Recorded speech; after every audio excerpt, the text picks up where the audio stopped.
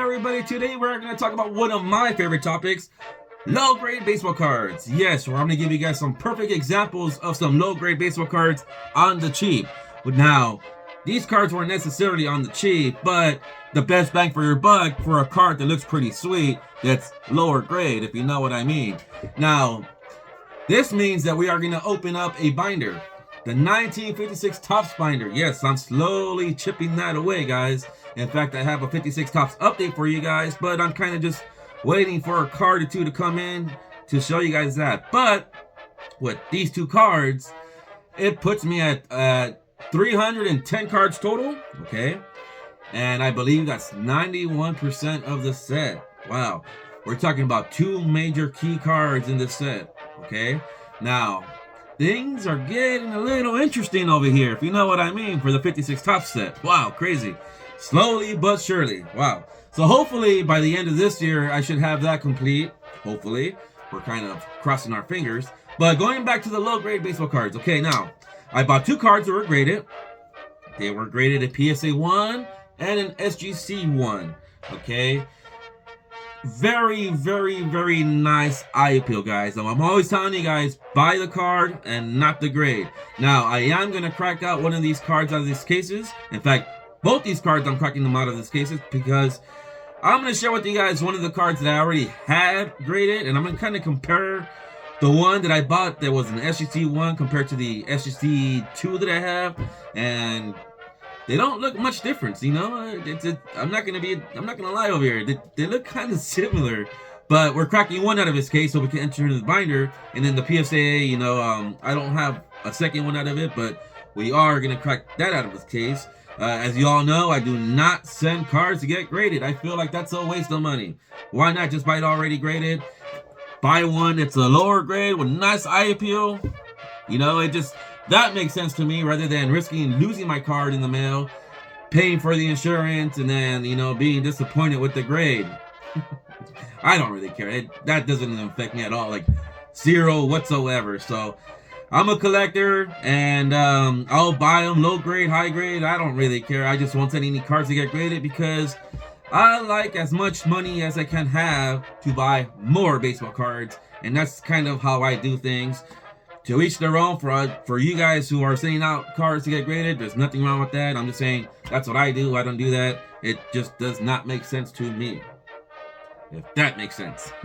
So let me show you guys these two bangers because, yeah, they look pretty damn sweet, guys. And I do have my dikes ready to cut them out. And that's a funny name, right, for a tool? A dike? Come follow me. Alright guys, you guys ready to see two awesome low-grade bangers? Yeah, I'd bang these cards all day. Don't be nasty, guys. Don't be nasty. Check this out. This is my Willie Mays, okay? This card I had forever, okay? This is a pretty nice looking card. I paid $50 at the time when I bought this. I bought this, oh gosh, a long time ago, guys. You're not going to find prices like this on the Willie Mays 56 Topps at all anymore. Nope. Those days are long gone. Sorry for all the new collectors out there. Yep, you kind of missed the boat, but not really. And I'll explain that later. So this is my copy of a 56 Topps. Okay, it looks pretty nice. Again, I paid $50 at the time where I bought it. Really no flaws to it, right? Not really. Graded a 2. Nice eye appeal for $50 when I bought it at the time. I was like, yeah, that's definitely a score. But check out this 56 that Willie Mays that I bought that was lower grade. Wow, guys, this is a really, really, really nice card for a PSA 1. Crazy, look at that. Just a crease right here in this corner, and that's pretty much it. Okay, I think a small crease right here, but for the most part, the colors are nice and bright. In fact, I feel like they're brighter than the one I already have. As you can tell, look at his hat, you know. It looks a little brighter. His teeth are Colgate Smile white. Yep. Here's the back of that PSA. Pretty sweet. Oh, wait, they're different colors. No, I'm just kidding, guys. But look, it's a really nice example of a PSA 1. Like, I don't understand why people don't, like, they stray away from PSA ones, because this is a really nice card. If you want an affordable 56 Topps Willie Mays, just look for a 1, look for an authentic, look for a 2. What I paid for this, I think it was $200 or something like that. Ballpark figure. I really can't remember, but I think it was like 200 bucks. Okay, I have to look for my paperwork. I don't have it in front of me. I should have done that before I made this video, but I didn't. But this is a really, really, really nice copy of a PSA 1. Again, I'm gonna crack this out of its case, and then when it's in the binders, see this PSA 1, it goes away, because when someone's flipping through that page or anyone's looking through my 56 Topps binder, they're not gonna be like, oh my god, look at your Willie Mays is a 1. Because nobody cares. This is a very nice example, very nice eye appeal PSA 1. Okay, so the second card that we're adding to the binder, which I have my dikes ready, guys, but I'm not going to do that on camera, by the way. I just felt like saying dike again. I tell my cousin, because he works with me, I was like, hey, pass me that red tool. The dikes. That's pretty funny. Anyways, Hank Aaron. Okay, wow. Look at this card. Wow, crazy. This one, I believe I paid $160. Here's the back. I think it was $160. And man, this thing is like flawless, dude.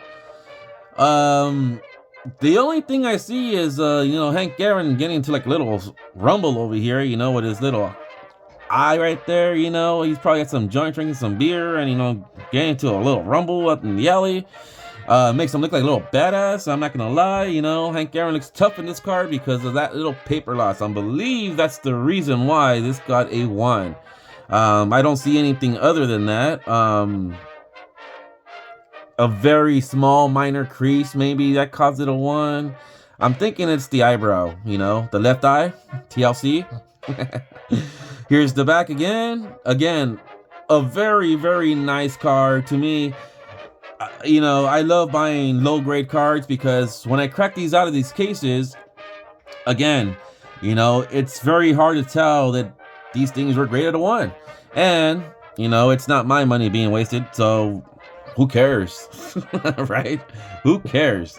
So that's what I have for you guys. Let me crack these out of this case real quick, and then I'll open up the binders for the 56 Topps, and we can kind of look at to see what that looks like.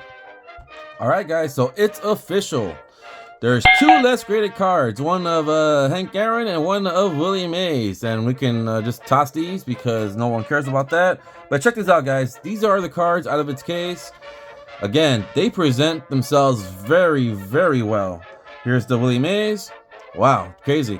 I'm going to show you guys some of the set when we throw these in here, and give you guys a perfect example that I'm not building a high-end set, okay? I'm just building a set that's really nice for eye appeal. Okay, I would like to consider this set maybe like a very good plus, very good plus, scattered with some excellent. There is a few that are actually poor, which I'll eventually upgrade because they're part of lots that I've, you know, acquired. And again, I'll eventually upgrade those later.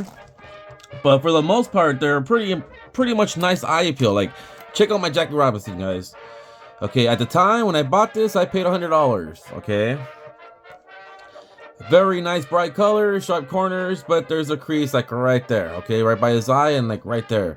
Hey, $100 for a Jackie Robinson?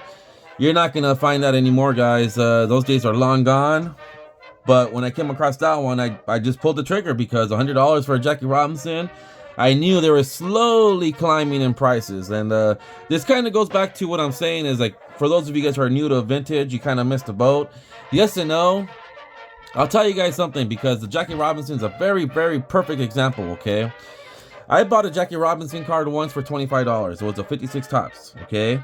I sold it, you know, later on. I think I sold it for like 50 bucks. I bought it back for like, you know, 80 bucks, and I sold that one for like over 100. Then I bought it back for 100, and now they're like in the $200-300 range, okay? So one thing I'm telling you guys is, with vintage stars, all it's doing is just lower highs, That's all it is, guys. So you may feel like you missed the boat, but you know what? Maybe one day that's gonna be a $500 card, you know, for a low grade or, you know, decent looking card.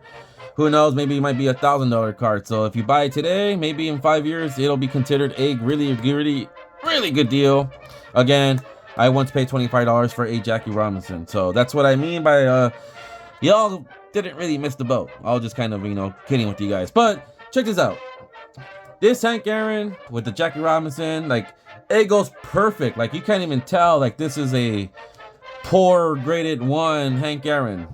You really can't. It's very nice eye appeal, very nice bright colors, just like the Jackie Robinson. I have this already graded in a PSA 5, so that's all I need. I wanted a lower grade one, so I keep it in the binder and the page becomes a full page. Okay, so moving along, let's look for card number 130, the Willie Mays. Nice little Don Mossy right there. Again, I'm down to 30 cards now. Soon to be, I think, about 20 or under 20 once everything comes in. It's getting pretty interesting, guys. It's getting pretty interesting. Now, I do have a couple cards that are lower grade, again, like I said, that I'll eventually upgrade, like this Baltimore Orioles. I just haven't had the chance to do that. Nice little Roy Campanella right there. Paid $20 for that at the time. Nice little Eddie Matthews, Slaughter. All right, where's the card number 130? Where you at? Where you at? Minnie Minoso. Right here, 2930. Oh, it's right next to the Mickey Mantle. Here's another perfect example. Here's a nice little low-grade Mickey Mantle. Okay, now I'm gonna kind of give you guys a little secret. I bought another 56 Topps Mickey Mantle. Yes, I did. And it's a really nice copy as well, guys. It's a low grade. And that one I'm not cracking out of its case because it's considered an authentic. And y'all know, A's are for awesome. So here's a nice little version of a Mickey Mantle. Again, I just wanted this card kind of like as a filler to fill up a whole page. I'm okay with that. Here's a Willie Mays. Let's throw this guy where he belongs. And yeah, I no longer need the Willie Mays or the Hank Aaron. Sweet. Man, this thing is getting very interesting. Here's some of the cards. Again, an almost full set. Crazy. I think this is like the closest I've ever been on completing a set. I think. But it's slowly coming along, guys. One card at a time. The beauty and the fun of set building. Even though most of these players are El Benchos. If you know what I mean. But that's all I got for you guys. I'll see you guys on the next one. Toodles!